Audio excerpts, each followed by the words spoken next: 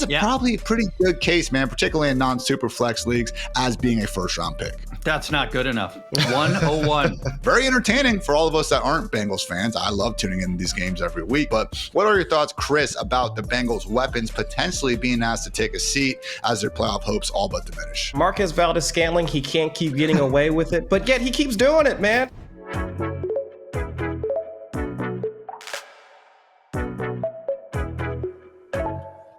Hello and welcome to the Fantasy Life Show. Happy Monday, everybody. I'm your host, Ian Hartitz. It is a great day to be great, and it's a great day to break down all of the Week 13 action, overreacting, underreacting, and hopefully giving some good, actionable fantasy advice along the way.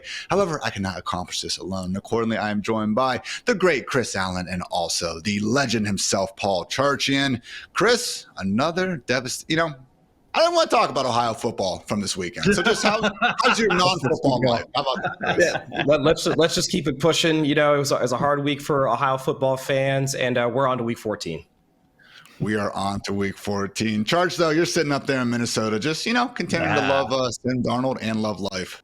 So nice. Yeah, is it 5 in a row or 6 in a row? I'm starting to lose track of how many games the Vikings have won in a row. And the funny thing is, they're sitting now they're going to head into Week 14 with 2 losses, and nobody talking about this team as a Super Bowl team. Nobody talking about them as a playoff contender. It's all Eagles and Lions, and rightfully so. Those look like the best teams.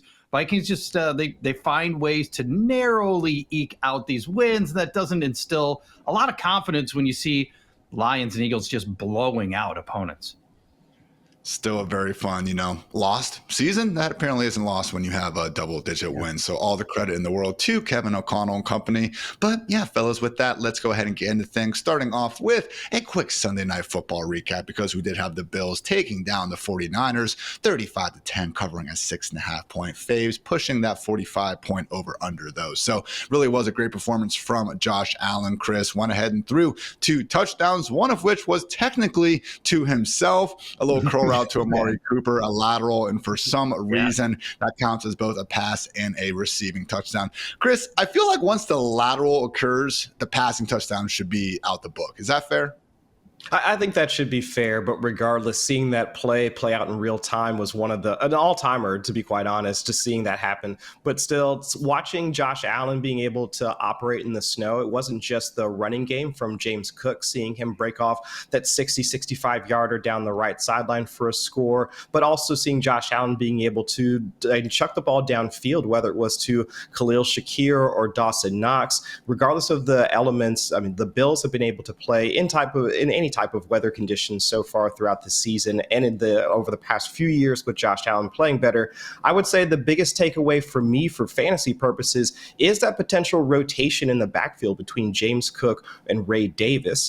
Even in the first half, when the game was still relatively competitive, James Cook had around 60% of the team's carries, but it was Ray Davis that got the first touches once they got inside the 5 and inside the 10 and got that first rushing score. Of course, things balanced out. Of course, James Cook also worked in as a receiver, but for fantasy purposes, and especially since we're getting into the playoffs, having a guy like Ray Davis on your backfield, he should be one of those priority stashes for the next 3 to 4 weeks.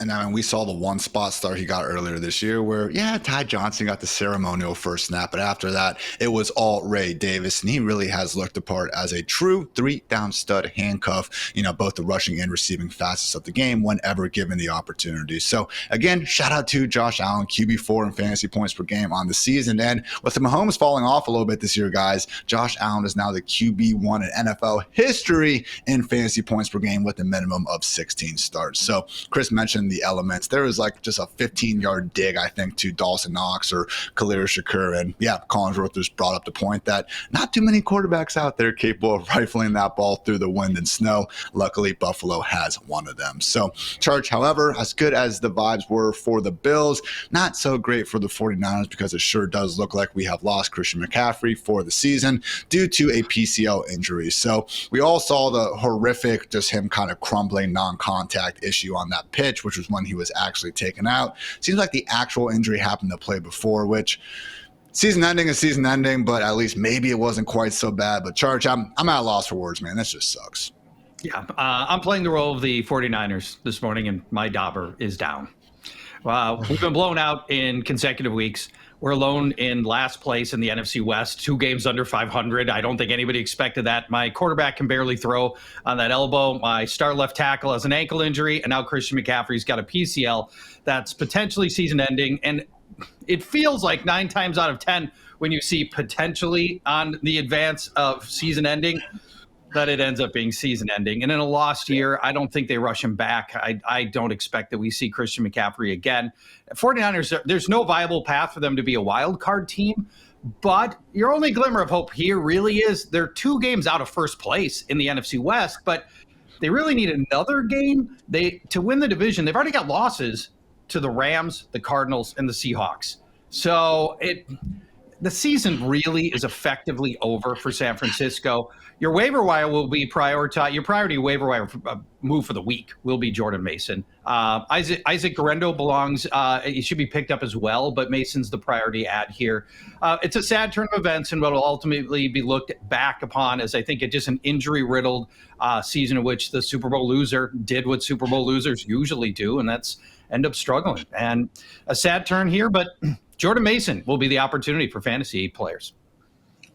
Last night after CMC was out, we had Mason playing 24 snaps to just 11 for Guerrero, 13 carries to just 3 for Guerrero. So guess who scored the touchdown? Yes, that was Isaac Guerrero on a nice little sweep down the left side, but we are expecting Mason to be that lead dog. However, Church, I do wonder, man, first 4 weeks of the year looked like Mason was going to be the best handcuff ever, RB5, RB10, RB24, and another RB5 finish. But after that, I do think at least somewhat partially to playing through that shoulder issue. I mean, we had 4 straight games of him finishing as the RB27 or worse. So this week, 6 teams on bye. I'd be hard pressed to think Mason's going to be outside our top 15. But, you know, Charchian Guillotine. We have one more week of actually trying to, you can tell I've been eliminated, which is a story for another day, but one more week, I believe, to try to get these guys. So like, how all in are you on Mason? Because at this point, I do wonder if he really is a top 12 running back, which for some people could be, you know, a matter of importance.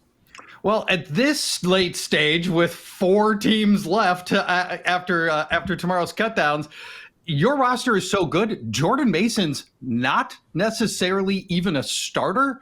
So he's not, you know, I think he's somebody you're going to put a bid on in Guillotine, but it's not going to be a big bid. It's going to be in like the $10 range, not the, you know, had this happened earlier in the season, it'd be a totally different story.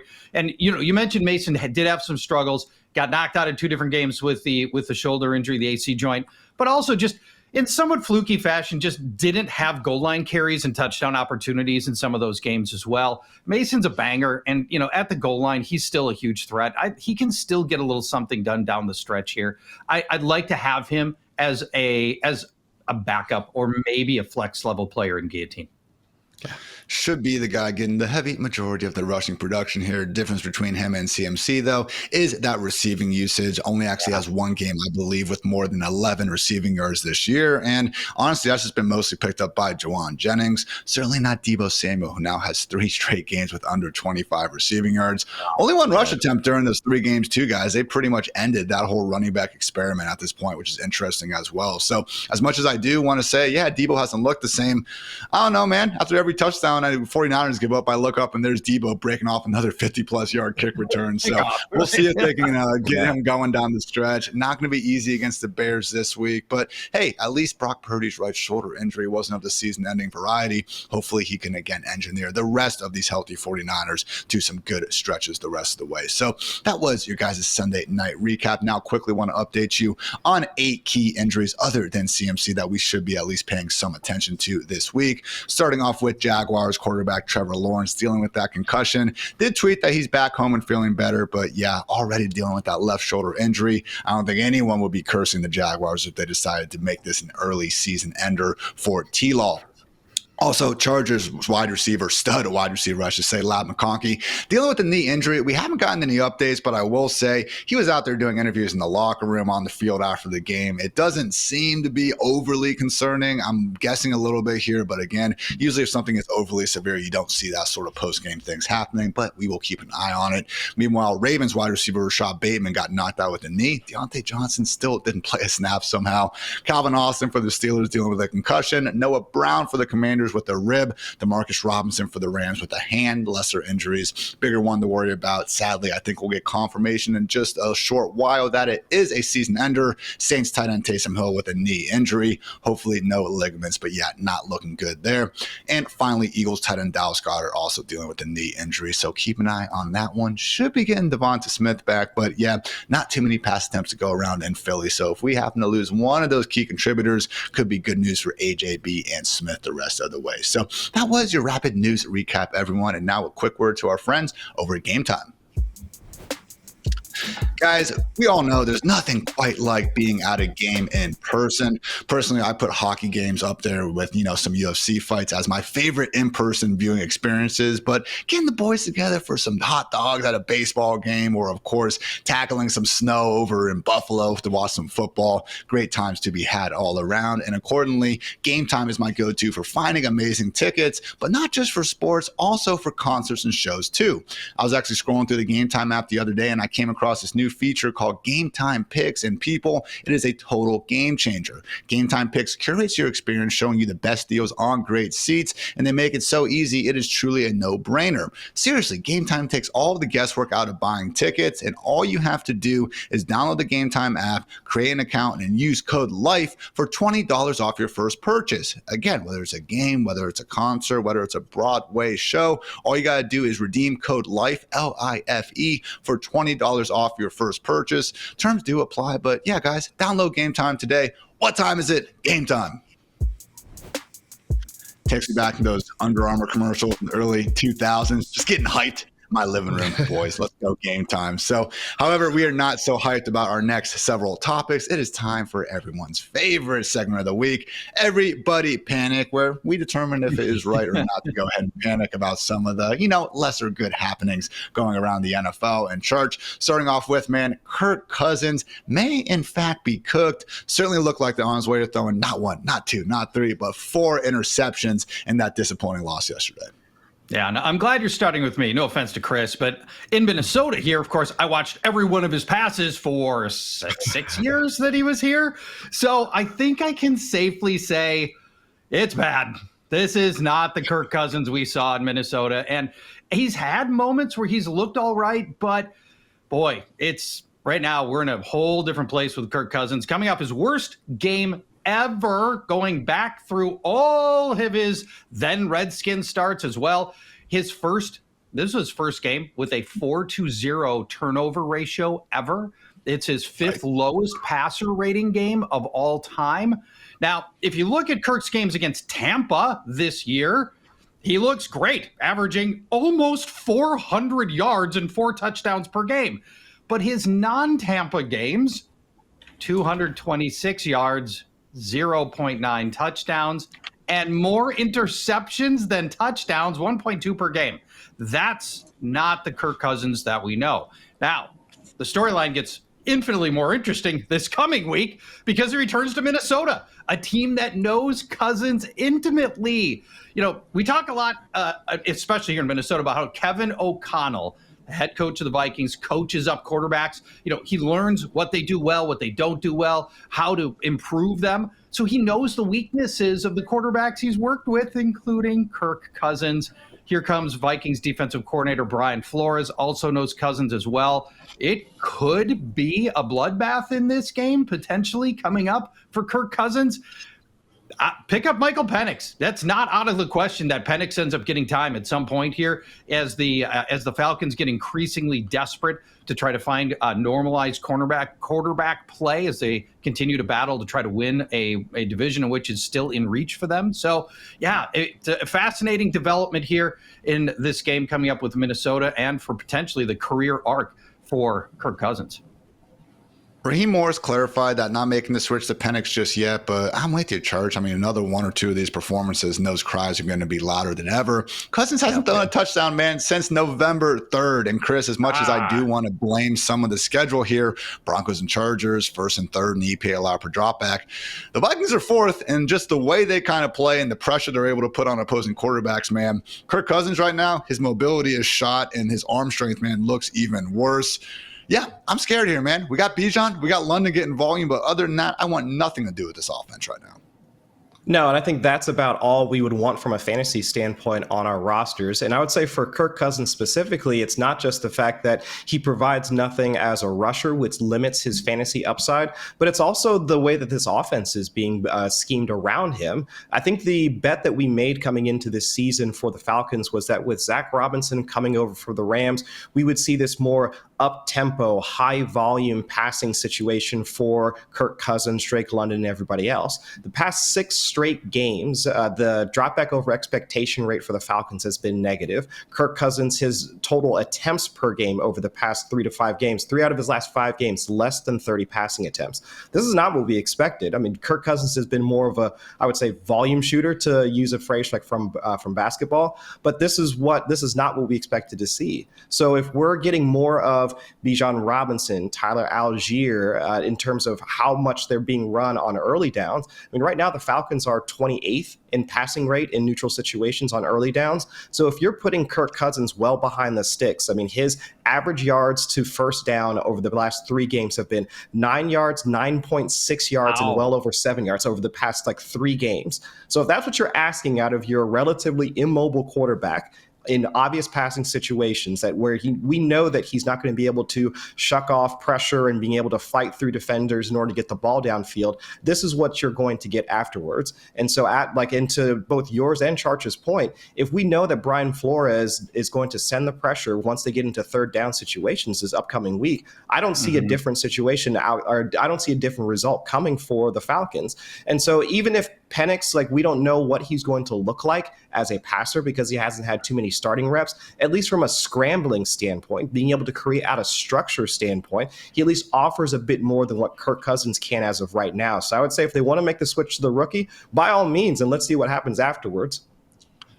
Zach Robinson certainly dealing with a limited quarterback under center. But guys, I'd also appreciate maybe not calling all these freaking fly sweeps on 3rd and short. You got Bijan Robinson back there. Right. You really have to watch Drake London and Ray McCloud get blown up. Have not been impressed by Robinson all year long, but again, maybe better times could be ahead there. Not looking like better times though for your Cincinnati Bengals, Chris, slipping to a 4% chance of making the playoffs after yet another heartbreaking loss. So very entertaining for all of us that aren't Bengals fans. I love tuning in these games every week because you know they're going to score a lot of points and you know they're going to give a lot up. But what are your thoughts, Chris, about the Bengals' weapons potentially being asked to take a seat as their playoff hopes all but diminish? So I thought about this before today, and trying not to answer it in terms of being a bitter Bengals fan, because I can come in and whine. I could come in here and whine about it and be like, oh, well, you're playing Jamar Chase, you're playing T. Higgins, all the rest of these guys. But how about I flip this on its head? I mean, for a team that's losing right now, and for my team specifically, which has been nothing but mental anguish throughout most of this season so far, I would say let's flip this on its head. The Eagles right now, they're sitting at 11-2? Right? Devonta Smith has his hamstring injury coming back. What does Devonta Smith have to come back and play for? James Cook, the Bills now have clinched the AFC East. What's the reason for James Cook to continue playing? I mean, we can talk about the losing teams and their motivation to keep sending out their stars, but then let's flip this on its head and look at, Isaiah Pacheco just came back from his hamstring injury. Chiefs have essentially locked up the AFC West. I mean, what are they playing for at this point other than let's see how much voodoo they can sneak in and create a win out of nothing each and every week? What does Pacheco have to play for? I mean, there are a number of both winning and losing teams where the motivation as we move forward towards the end of the regular season is going to be something of a question. So I would say that for all the stars that are a part of the Bengals, it could be that we could have the same narrative for Jamar Chase wanting to get the Triple Crown, that he's still in contention for that, and Joe Burrow would probably be happy to let his college buddy do that. T. Higgins still has to prove whether or not he can be an upstanding wide receiver. He's only been active for missed 5 games so far this season. So there are other points of interest for the Bengals personnel that they want to go out there and continue to put out good tape. So for anybody considering at least trying to lean into the potential narrative that they're going to sit with any of their stars or not play out the rest of the season, I say no, forget all that. I mean, the Raiders don't have anything to play for. You're not going to play Brock Bowers for the rest of the season. What do the Giants have to play for? You're going to sit Malik Neighbors for the rest of the season? No, we're not doing that. So I'm playing Jamar Chase. I'm playing T. Higgins. I'm playing everybody else. I don't care. I hear you, Chris. And if they're active, man, I'm playing them. I'm with you.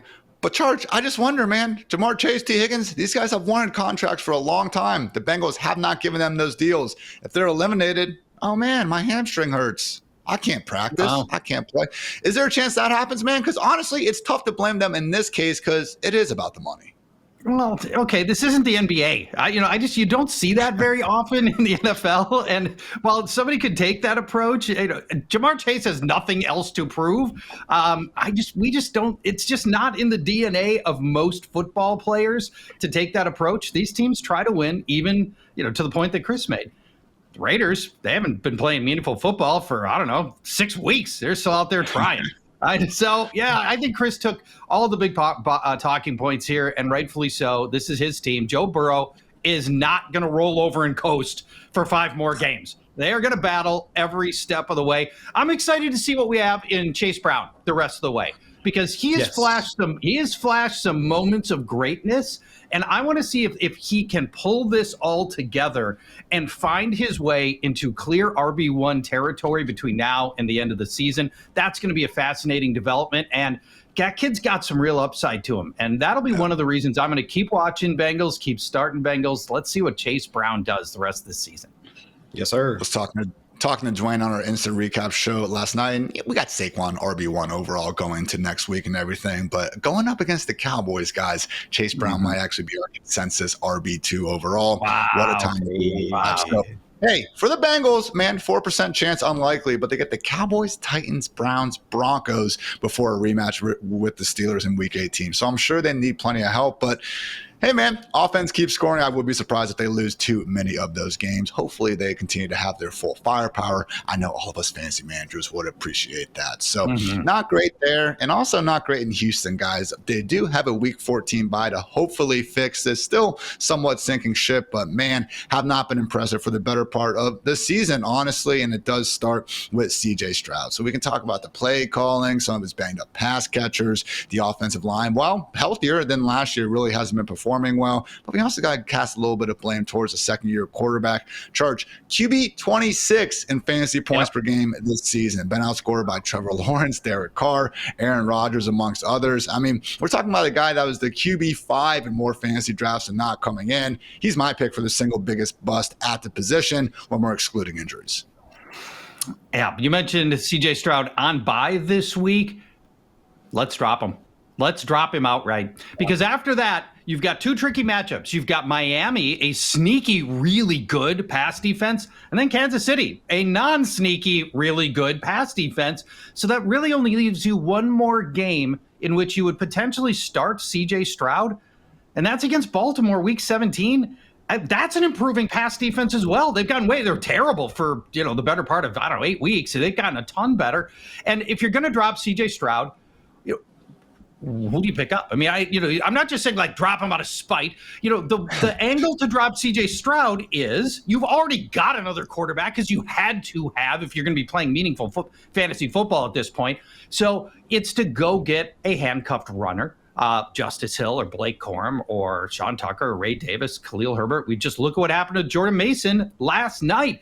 Let's go get. I think your team is better off with a high value handcuffed player than it is right now with C.J. Stroud. Or I'm dropping C.J. Stroud for a young player who might emerge in this final month of games. Kamani Vidal or Bryce Young, who improbably playing better than C.J. Stroud, flipping the whole narrative. We're in a bizarro world where last year, obviously, it went Bryce Young into C.J. Stroud, and the Panthers looked like morons. The Texans looked brilliant. Now flip it over.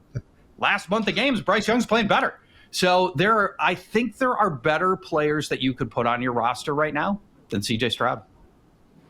5th worst completion percentage over expected this season for Stroud this year, Chris. It's been brutal. Yeah, it's been brutal. I mean, even with Nico Collins back, he's averaging around 249 passing yards per game. And that, while that sounds good, that's less than Gardner Minshew, Cooper Rush, and Will Levis. So not the best passers that you want to be around. And to your point, Ian, I mean, his negative 5% CPOE is around the Aaron Rodgers, also Cooper Rush range. So he's been inaccurate, not really hitting some of his receivers downfield. The only good part is that we know where the ball is going if he's throwing downfield. With Collins back, both Collins and Tank Tank Dell, they've combined for about 50% of the team's targets over the last 2 to 3 weeks and over 70% of the air yards. So if he's letting it fly, we know where it's going. And of course, Joe Mixon, since he's come back in week 6, no other running back on the Texans have touched the ball once they've gotten inside the 5-yard line. So it is a condensed enough offense that we should continue starting the skill players. But for CJ Stroud specifically, leave him on the waiver wire. If you have to roster him, keep him on your bench. Sadly, a bit too similar to that Falcons discourse than we probably would have thought a few short months ago, but that's how we do need to react in Fantasyland. Another situation that does seem to be evolving potentially for the worse. George, is Blake Corum sneakily gunning for Kyren Williams' job at this point? Well, I mean, in theory, every player's trying to get on the field more, right? So probably gunning for it. But I'm going to give you a contrarian angle, which is, as somebody who's got Kyren Williams in plenty of leagues, I'm happy to see Blake Corum getting more work because Kyron's gotten so much work. In the back of my mind, I keep worrying about whether he's going to wear down or get hurt in this final quartile of the season. Right now, Kyren Williams, 3rd in carries, number 1 in snaps among running backs by a mile, nobody close. Number 2 in short down and distance snaps. And, I get it. We all want workhorse backs, right? Selfishly, we want guys carrying the ball 25 times a game. And there aren't enough of those in today's NFL. But in December, I want my running back to be healthy and effective as well. And Blake Corum chipped in 8 carries. I mean, that's not going to materially change how things work for Kyren Williams. And let me note this about those 8 carries. In a very close game, Corum was only given the ball 3 times after half and not at all after the 11-minute mark of a close game. He got the ball primarily in the second quarter. And all of Corum's runs were also at midfield, nowhere near the goal line or the red zone. So when the game was in the balance, Corum wasn't allowed near the field. Kyren salted away the game with a key awesome first down run at the very end of the game. And that was the winning run. And that allowed the Rams to salt away the game. So point being, Kyren remains a workhorse. I welcome taking a few reps off his workload by Blake Corum, and frankly, that doesn't worry me. Kyron's getting all the important carries that fantasy players need. Yep. Season low for him, 67% snaps and 52% carries. But Chris, those are still pretty good marks compared to most running backs. And to Charch's point, I thought the bigger takeaway was Kyren looked as good as I think he has all season last week, and even over these last 4, average over 4 yards per carry each and every time out. I mean, the fact he is seemingly getting stronger as the year goes on, better to me than the fact that, okay, maybe he's losing a couple carries to Blake. Yeah, and I think it's also a good note for Kyren Williams. No fumbles this week, so don't have to worry about him putting the ball on the ground and forcing Sean McVay to make some sort of decision as to whether or not there's going to be a split between him and Blake Corum. But I would say for Corum specifically, it's more of, does he offer anything else that Kyren Williams doesn't? Because if you look at some of these backfields where they do have some split touches between them, so we talk about Najee Harris and Jaylen Warren, or even Derrick Henry or Justice Hill. In either one of those cases, the RB2 offers something in the passing game, whereas Derrick Henry is often your downhill runner. Najee Harris is your downhill runner, and the other one provides some level of explosivity. But Corum doesn't offer that. He is really just the change of pace, when Kyren Williams needs a rest, Corum comes in and does almost the exact same thing that Kyren Williams does. I mean, just this past week, 0 targets for Corum. So it's not like he offers anything in the receiving game in what we know to be a pass-friendly type of offense that the Rams offer. So if Corum was mixing in on third downs, obvious passing situations, involved more in the 2-minute drill, those types of things, active as a receiver and running more routes, then I would say yes. We need to have he needs to be on our radar a bit more. But at least in the conversation we were having earlier about the Ray Davises of the world, I think Corum kind of sneaks into the lower echelon of those types of guys that you should stash on the back end of your roster. But coming for Kyren Williams' job, it's just all Williams for me. Handful of guys you should be stashing on the back end of your roster do include Blake Corum and Ray Davis, but also particularly with all these buys and people probably having to make some tough cuts, keep an eye out for it. Tyler Algier, Tajay Spears, Trey Benson, Roshan Johnson, Braylon Allen, and yes, Kamani Vidal out there in the waiver wire streets as well. None of them available in your league. Good for you, but yeah, if they are, go ahead and go get them. So we're going to turn things over to a more positive note, guys, right after a quick word to our friends over at DraftKings. The days of waiting in lines at midnight to get the best Black Friday deal are over. Now, all you got to do is check out our partners over at DraftKings Sportsbook who have touchdowns on sale all weekend long. Now, that's something to get excited about. And did you think that was it? Well, right now, all new DraftKings customers who bet just $5 will get $150 in bonus bets if your bet wins. Just download the DraftKings Sportsbook app and sign up using my promo code FANTASYLIFE. The crown is yours. That's right. Check out the DraftKings Sportsbook app all weekend long to stay up to date on all of the touchdown offers available. And don't forget to stay in on the action and use your $150 in bonus bets on DraftKings same-game parlays for a shot at an even bigger payout. Combine multiple bets together from the same game. If sports betting is not yet available in your state, don't worry. You can still join in on all the fun with DraftKings Daily Fantasy and have the shot to win cash prizes. Download the DraftKings Sportsbook app now. New customers use my promo code FANTASYLIFE and bet just $5 on any wager to get $150 in bonus bets if your bet wins. That's promo code FANTASYLIFE only at DraftKings Sportsbook. All right, guys, time to potentially overreact to some studly performances, and how could we start with anyone else but Brock Bowers, sitting pretty as the tight end one in fantasy after 13 weeks of action. And Church, if we sat here and decided to do a dynasty startup, has a probably pretty good case, man, particularly in non-super flex leagues, as being a first-round pick. That's not good enough. 101. Brock Bowers, 101 dynasty startups. And I'll tell you what, we're gonna as this thing's evolving, and we'll talk more about it as the draft gets closer, the NFL draft gets closer. Brock Bowers is gonna be a first rounder in redraft leagues, and he may be higher than just a first rounder. We'll talk this through a lot in the offseason. I look forward to it. But let's talk about Brock Bowers, 101 dynasty startup, coming off a game in which he had 10 catches, 140 yards, and 1 touchdown from Aiden O'Connell. He is going to shatter the rookie reception record by 30 catches. He's on pace to break Mike Ditka's rookie tight end yardage record, which, tribute to Ditka's, has been standing for like 60 years now, and he did it in 14 games. Unbelievable. Way to go, Iron Mike.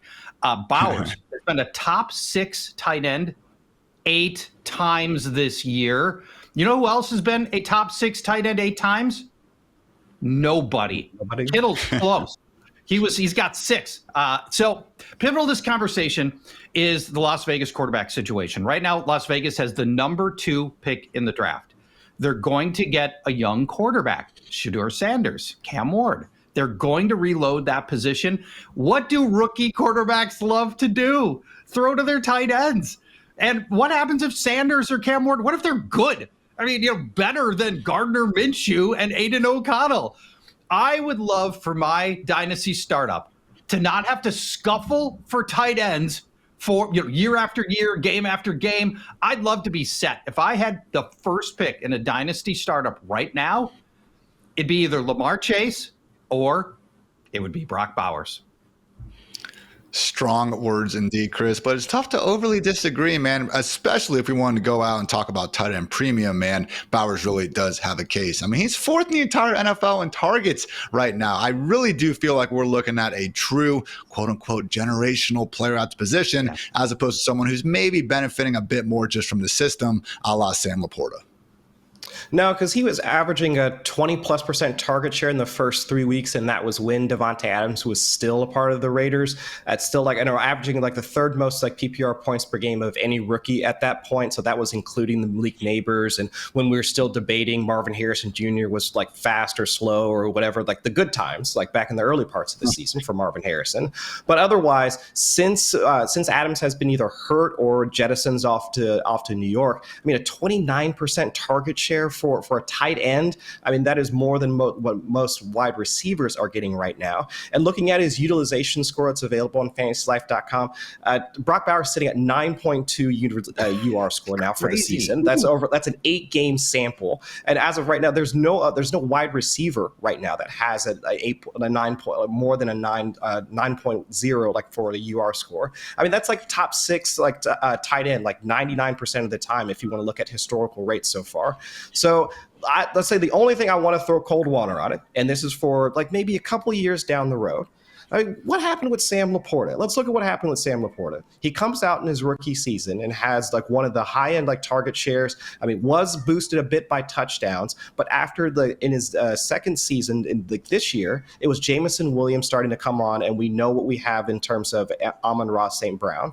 So let's see if, like Charch, you already talked about the quarterback changes. Let's see if they reload at wide receiver as well. Let's see if they start adding a few more pass catchers like to that offense as well. And let's see if Brock Bowers, his opportunity starts to scale back a bit more. Not to the point where he becomes irrelevant or anything like that, but let's say the high-end opportunity for him starts to scale back. Not next year, but if we're talking about things from a dynasty standpoint, let's look out in a couple of years and see if that offense really starts to make a push for it being more of a pass-friendly offense for multiple pass catchers versus it just being him and Jacoby Myers. And I think that same sentiment actually takes us into our next question about a fellow stud AFC West rookie, Ladd McConkey, Charge, someone who is absolutely balling. Yeah. But when we do start looking at, again, another dynasty startup question, McConkey has a potential second-round pick, which, I mean, my God, he's been producing like one. Do you think it sticks, or are we looking at a very good receiver who, luckily in year one, is in an offense with essentially zero target competition? Well, and that certainly does help, but he can also play. You can see him play. Yeah. He gets all the separation. He's slippery after the catch. Ladd McConkey's good, but you got to be top 24 overall to get into the second round of a dynasty startup draft. So I'm not even going to mention the really, really elite players that would go in the first round. Let me hit you guys with the players I think that would be second rounders, and tell me if you think Ladd McConkey belongs in this group, or if he's a step down from here. And just personal bias, I don't take, it's a dynasty startup, hypothetically. I'm not taking older runners like Joe Mixon and Saquon Barkley. I'm throwing those guys out. I don't think they're factors here. So we're looking at Garrett Wilson, Brian Thomas, Drake London, Jayden Reed, Rashee Rice, maybe T. Higgins, depending on his landing spot. A running back, Devon Achane, Kenneth Walker, Kyron Williams, David Montgomery in the second round. And at tight end, I think Trey McBride would be a second rounder. If those players are on the table, does Ladd McConkey quite fit there to you? Chris? Yeah, I think that fits in. I think that makes sense. From a volume standpoint and from what he's been doing right now in the Chargers offense, especially after their week 5-ish bye when their drop back over expectation rate started to pick up. So it's not like we've seen McConkey really start to pick up from a target standpoint. He's still averaging around 6 targets per game. And that's about the same as where he was in the first 4 weeks when it was that run heavy type of offense. But it's now his air yards have started to pick up. The downfield throws have started to pick up. Drop back rate has picked up. I mean, Herbert's deep ball rate has picked up as well. So if I'd say the only concern for McConkey is just his health. I mean, and this has just been a 1-year type of thing. I mean, but at a 6-foot $190 frame, I mean, he's dealt with shoulder issues, hip injury coming out of this week's game.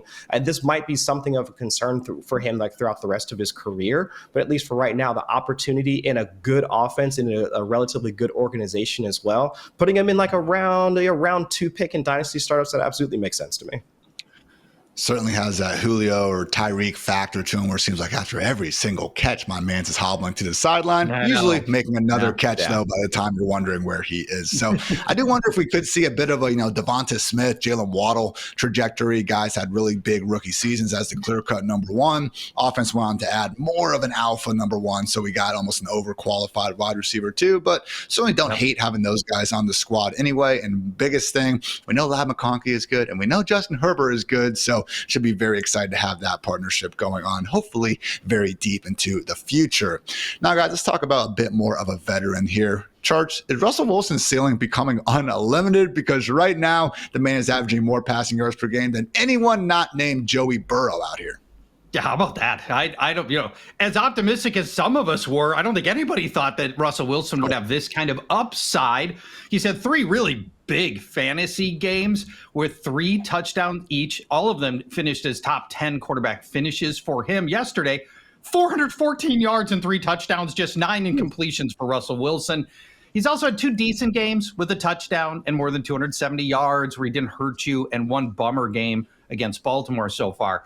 Russ averaging 271 yards. As you mentioned, second highest. He's made George Pickens into an every week wide receiver one. He's made Pat Freiermuth into a viable starter when he was not earlier in the season.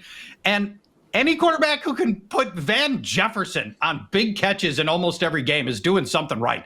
He's got a little bit of magic left in that arm. Next week's matchup with Cleveland, not that bad. Cleveland's secondary, not as good this year as it has been in years past. And then 2 weeks later, a rematch with Baltimore. Again, a team that he struggled with then, but probably does a little better.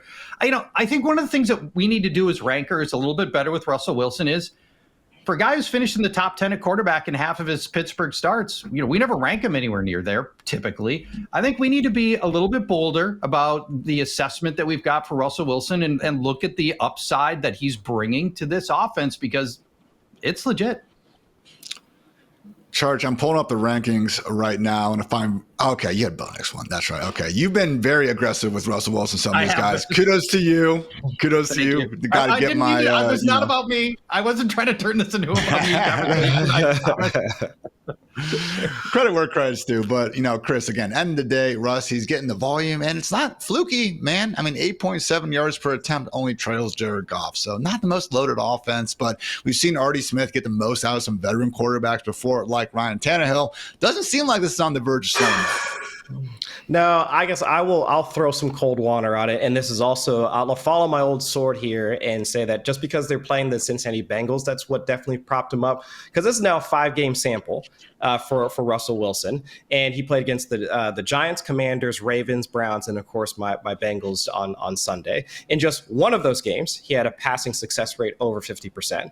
In the last 4 games before he played the Bengals, averaged 237 yards per game. That is less than C.J. Stroud, less than Kirk Cousins, the guys we were just throwing shades at about 5 minutes ago, averaging about just close to 4 sacks per game. That's 5th most in the 4 games before playing the Bengals. And like I was mentioning earlier, in terms of his efficiency, around 40% passing success rate. That's before facing my Bengals. That's less than Aaron Rodgers. That's also less than Derek Carr. So playing against the Bengals is the kind of the deodorant that makes any passer look good so far. So I would say unless he's going to be playing them every single week, which he does get a matchup against them in the near future, I would say that it's good. It was a good matchup for him this week, but I'll temper expectations for him moving forward, especially with matchups against the Browns and the Eagles and the Chiefs also throughout the fantasy playoffs. Another quarterback who perhaps benefited from a good matchup last week, Jayden Daniels, who, don't look now, Church, starting to look like his early season self again. Yeah, the swagger's back for Jayden Daniels. We throw around a lot of stats on this show, and rightfully so, but sometimes it's just the eye test. And Jayden Daniels just looks like he's got his groove back. The poise looks good. He looks just so in command of the Washington offense right now. Daniels back-to-back 3 touchdown games, including rushing touchdowns in both games, which we love. And I try not to let the rushing touchdowns, affect me too much, but boy, we especially look at the graphic that's on your screen right now. The rushing touchdowns really do tell a big part of the fantasy narrative for Jayden Daniels. Now, the reason Daniels is a fantasy superstar is the dual threat abilities. It puts him in the conversation with guys like Josh Allen and Jalen Hurts and Lamar Jackson. Those are league winners. Yesterday, just 5 incompletions for Jayden Daniels. And it wasn't all dink and dunk stuff. 7-yard average is not bad. And that was against a good Tennessee defense. They've stymied a lot of good passers this year. They entered the game number 1 in passing yards allowed. Jayden Daniels, again, a very good game against a good defense here. Looking forward, Jayden Daniels on bye this week, which is a bummer. You could pivot to Derek Carr against the Giants or Will Levis against the Jaguars if you're looking for one. Then week 15, it's game on against New Orleans and that battered secondary. We like that. And then week 16, that's tricky. Now we got the Eagles. So, we'll watch that one a little bit closer. We get to week 16, but at least for this week 15 matchup against New Orleans, another opportunity to win a fantasy playoff game, Jayden Daniels. Chris, right now, Daniels is 4th all time in terms of fantasy points per game from a rookie quarterback with at least 8 starts. Only RG3, Justin Herbert, and Cam Newton have been better. So absolutely breezing past year 1 expectations, and just good to see it because, again, after that rib injury, man, looked like we were hitting, whether it was the injury wall or maybe the Cliff Kingsbury second half wall. Hasn't been an issue of late. No, and this was something that I pointed out last week, in that you take away some of his playmakers, and that was especially last week with Brian Robinson going down earlier, then this offense starts to falter. Because again, we weren't really clamoring to draft Noah Brown. Nobody was really saying that we needed to get Olamide Zaccheaus on our rosters. It's really has been just Terry McLaurin and Zach Ertz and Brian Robinson. And what happened immediately after Brian Robinson rips off a 40-yard touchdown, like the team found a way to exploit some of the run defense for the Titans, and that's where Jayden Daniels also got mixed in as well. So I would say that if you have all their playmakers involved on the offense, like Jayden Daniels can continue to look well, especially with as much time has been passed since that rib injury. The passing game has also been there. But to Charch's point, he has now had 3 straight weeks with double-digit scrambling or run design rates. So seeing him get more involved in the rushing attack alongside Brian Robinson has been an excellent development to see that. So it's just his health along with the offensive playmakers being involved, not necessarily the scheme, because nothing really changed about the offense as well. It's just having the guys there that can execute the offense as it's designed, that will allow them to be this explosive passing game or the explosive offense as we saw earlier in the earlier parts of the season. So it's good to see, hopefully get the rest to get everybody healthy. But again, not the easiest of paths like throughout the fantasy playoffs. But again, you have those guys on your roster, you're going to be starting them. Someone who does have a pretty easy pass throughout most of fantasy playoffs is our final stud to highlight from week 13. Bucky Irving, guys. I mean, my goodness, was he great against the Panthers? Yes, it was the Panthers, but again, schedule not exactly lightening up in charge, at least from the box score totals, man. Sure, it seemed like Bucky finally not only emerged as the most productive running back out of Tampa Bay, but, of the workhorse variety as well last week. I feel like we talk about Bucky every Monday, and I love it. Let's just make that. Let's change the name of the show. I'm here for the Bucky Irving talk every week. I think Buccaneers offensive coordinator Liam Cohen finally ready to just make Bucky the winner of the backfield battle. 25 carries, 125 yards, 3 receptions, 33 receiving yards, 1 touchdown, and with 25 carries, this is the seismic change we've been waiting for. I'm begging for in some of our cases. Even in the passing game, he's largely replaced Rachaad White, which is a major, major accomplishment for a rookie because White's a gifted receiver. So let's throw some stats on Bucky Irving. 5.5 yards per carry. That's 4th best in the NFL. Avoided tackle rate, 4th best in the NFL. Yards after contact, 2nd best. Efficiency, 4th best. And lastly, rushing yards over expectation, 8th best. Bucky Irving is one of the 5 best running backs in the NFL. He should be in that kind of conversation with Saquon Barkley and Derrick Henry. This is a great opportunity if, and it's a big if, and we don't know how this is going to go yet, if Bucky emerges as the clear lead back in Tampa, getting 70% of the carries, he can absolutely be the difference maker between a championship playoff run. Now, I have 3 asterisks to put on all my Bucky love right now. 1, they just played Carolina. So that was the team that entered last week, allowing the most fantasy points to runners. 2, it's just 1 game, and we've been faked out before on these sort of situations where it looks like there's a seismic change, and then the next week it goes back to a timeshare. And then Rachaad White, also in this game, ran for 6 yards per carry. That's not a mandate for a benching from Rachaad White. So it's not like he's playing badly. So I'm still sure, I'm a little bit hesitant to say that it's completely Bucky's job at this point. I think we don't know that yet, but give me 1 more game and I'll be there.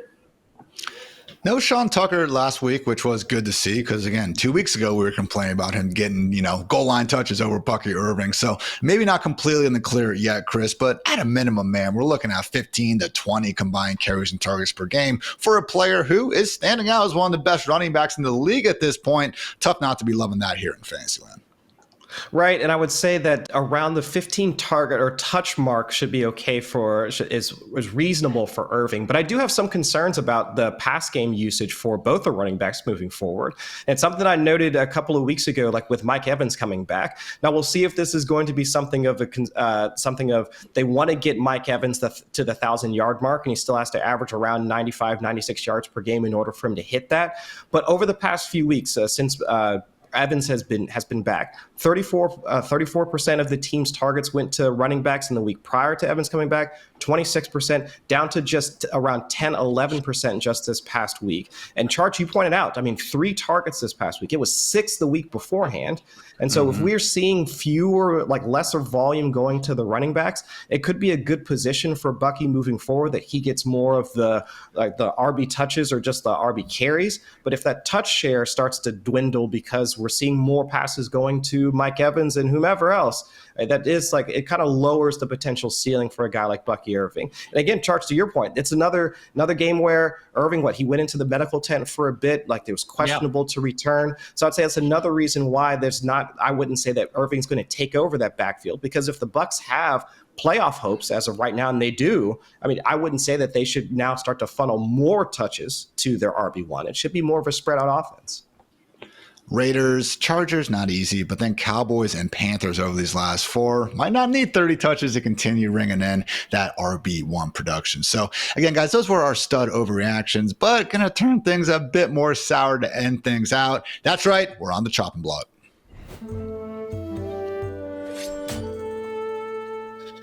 Sad days for some of the guillotine squads out there who couldn't quite advance Charge. And accordingly, we have 3 names that were probably big reasons why. Kicking things off with the Rams wide receiver Cooper Kupp, just 3 catches for 17 scoreless yards. Sheesh. Yeah, bad for Cooper Kupp. And I'll just note at the outset here, not going to bother mentioning Christian McCaffrey, who would be in this conversation, but nobody's going to be bidding on him, and it looks like his season is likely over, unfortunately. And I also want to mention, as a quick side note, if you're playing at guillotineleagues.com, this is the final week, this coming Wednesday, final week for unrestricted bidding on chopped players. We basically have our version of a playoff roster lock coming, where players after this week are players who are chopped are not going to be available. So you'll want to push in a lot of chips this week. Let's talk Cooper Kupp. 3 catches, 17 yards. Kupp fell victim to the same thing that does happen to most teams' number 2 receivers from time to time, where you just get deprioritized in the passing game.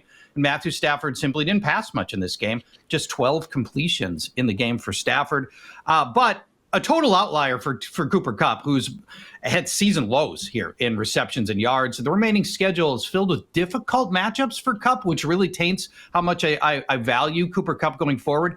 He's got Buffalo, San Francisco, the Jets, and a surging Arizona secondary left. I'm only putting $10 down on Cooper Kupp, and he's probably going to be a backup. I'm going to save some cash for my all-in bids I've got from other players that I'm going to value more highly this week.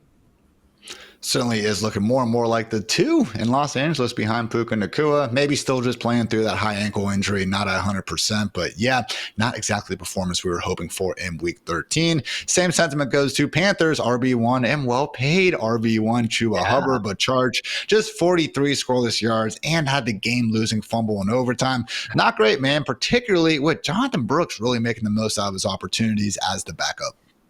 Yeah, I'm not ready to say that Brooks is going to end up taking that job or anything close to that. I still think Hubbard's had a great season, but let's talk this one through. Panthers just played their hearts out in a brutal loss because of the Hubbard fumble. Bryce Young may have just crossed a competency Rubicon, but Hubbard, a rare dud with his lowest output since opening week. And now this week he faces the Eagles. That is a really good run defense, and given where our rosters are filled in guillotine leagues with just superstars, I don't know that you're going to be starting Hubbard this coming week. After that, you get Dallas. That's game on. Arizona in week 16's turned into a sneaky good defense. Then he gets Tampa again in week 17. I think Hubbard's just a $1 backup at this point. Tough times indeed. Not for Chuba, because again, he got paid. It's all good. But yeah, maybe for his fantasy managers, clock struck midnight on this fairy tale story. Last one, though, Charge. TJ Hawkinson had the huge week 12. However, just 28 scoreless yards on 6 targets in week 13. A great opportunity to buy low on an elite player, to position of need, even now with just 5 teams left. Tight end's still a position of need for many of you. Minnesota's going to try to keep winning. They're jockeying for playoff positioning. All the matchups left on the Vikings schedule, positive. Falcons, Bears, Seahawks, Packers. Hawkinson absolutely startable in every one of those games. You shouldn't need to push in all your chips on Hawkinson, because a lot of people have already set there. They've got Bowers, they've got Kittle. I think like $10, $15, $20 should net you Hawkinson, and that's a good buy right now, and you can start him the rest of the year. You heard it from Paul Charchian himself. Everyone, make sure you check out the rest of Paul's guillotine content only at FantasyLife.com. Before we get out of here, though, it is time to go a little bit off the rails. Get that conductor hat on, Chris, and take it away, my friend.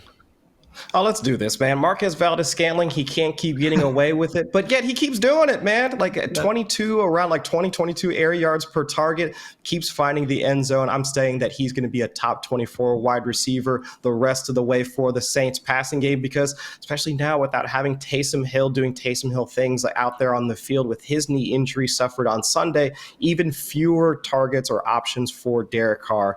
So without having so many guys that he can pass to, I know Alvin Kamara is going to continue to do his thing, but I can still see a scenario where MVS streaking down either one of the perimeters for a long touchdown is going to be in the cards for him. And looking at their upcoming schedule, not too bad for them going up against, like they got Washington this upcoming week. Philly's going to be a tough out. And then of course we have, no, not Philly, but Washington, the Giants, Green Bay, the Raiders in week 17. I mean, a good schedule moving forward for the Saints. So I can see a number of passing games where MVS in your flex position, I mean, it's not the worst option out there. So top 24 for MVS, let's do it.